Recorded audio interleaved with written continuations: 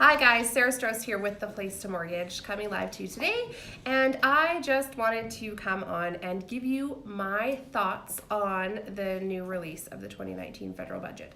Now, there has been a lot of talk in our mortgage industry world lately about it, and I'm hearing lots of news about the excitement of the new changes that they've announced for first-time homebuyers.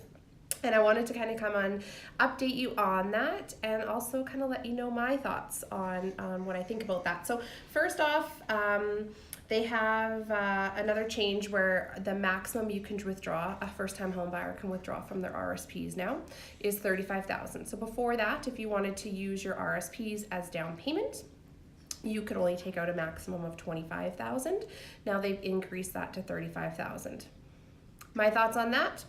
I've been in this industry for 10 years and I've never had anybody run into the issue of going over that maximum. So I think that very few first-time home buyers actually have that amount of RSPs to withdraw, so we're not going to really worry about that change. I think it's fairly a little bit silly.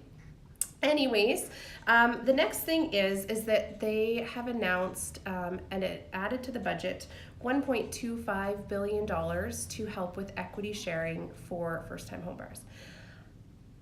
So what this means is that if somebody is buying a house for $400,000, they will have to put $20,000 down payment. So they still have to put 5% down. But what the government is saying is that they will match that down payment or even overmatch it. So if they're buying an already existing home, they will then match that another 5%. So that client will have a 10% down. So the government will give them a loan for the additional 5%.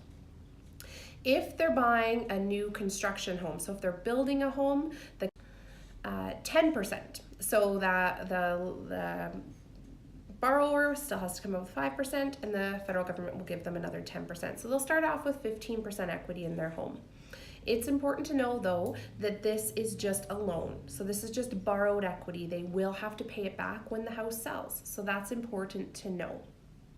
What they're hoping that this is going to do is that it's going to allow our first-time home buyers to qualify for more. So for example, I ran some quick numbers here, and if we've got a home buyer that's buying a house for $400,000, they've got their $20,000 down payment, their mortgage payment's going to end up being about $1,940.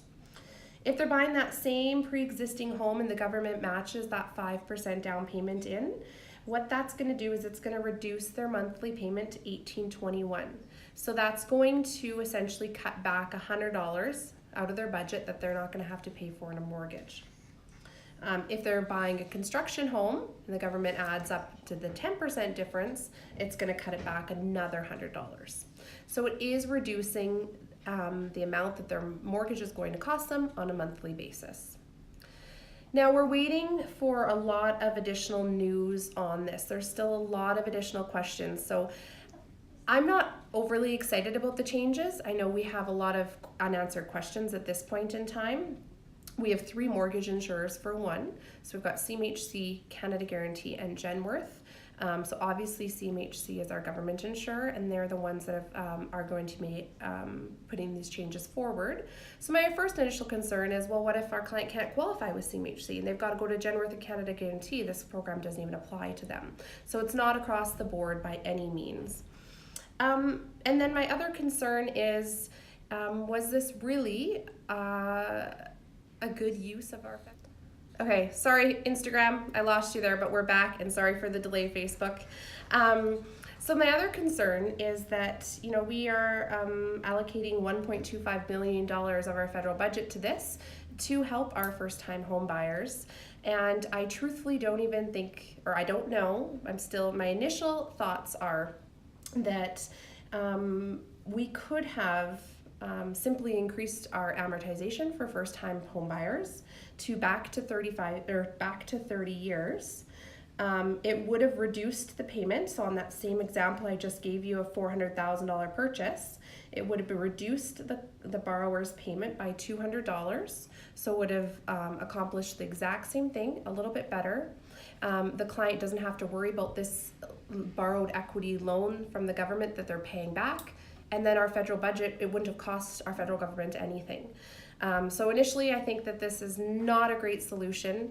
I think also across Canada, we do have that price range moving. So this program does not apply to anybody who earns a combined income of over $120,000, and it also does not apply if they're buying a house above about $500,000.